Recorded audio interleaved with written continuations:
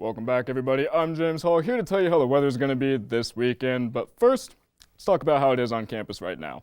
It is 39 degrees with a wind out of the west-southwest at about 3 miles per hour. Sunset super early, about 4:45.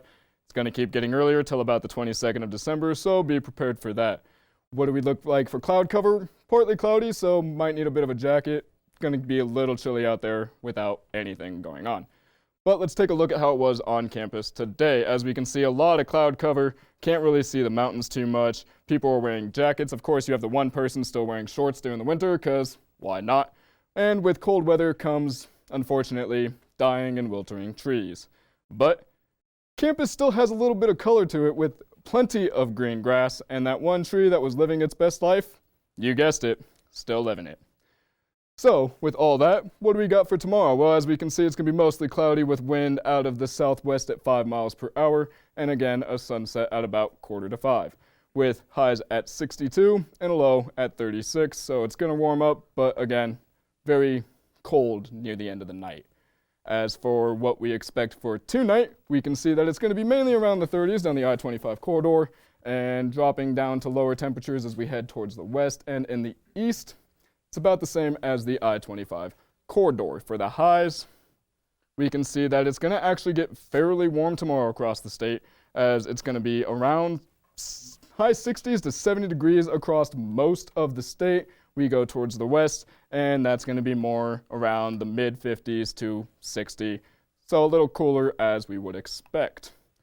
Now, for the 5-day Friday, as we said, tomorrow is going to be partly cloudy with a high of 62. Saturday is where it really gets a little dicey. We see that there is a 30% chance of rain in the morning, which will turn into a 20% chance of mix by the afternoon and evening, and the high being 59, the low 26, again, very frigid at night, as we see going across the rest of this week, which is to be expected this time of year. But as we get into Sunday, going all the way to Tuesday, we can see that it heats right back up.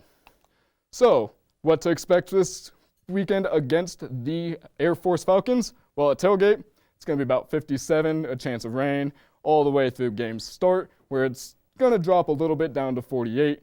And then halftime, 42, with a 33% chance of mix. This is when it starts to get a little iffy on the field. And then by the end of it, we have 38 degrees and mix.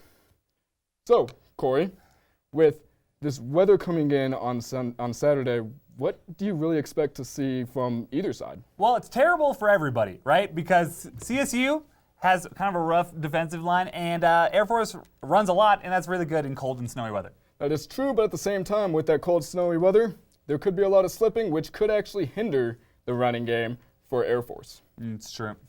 Well, stay tuned for more on that with Corey Odom on Sports after this break.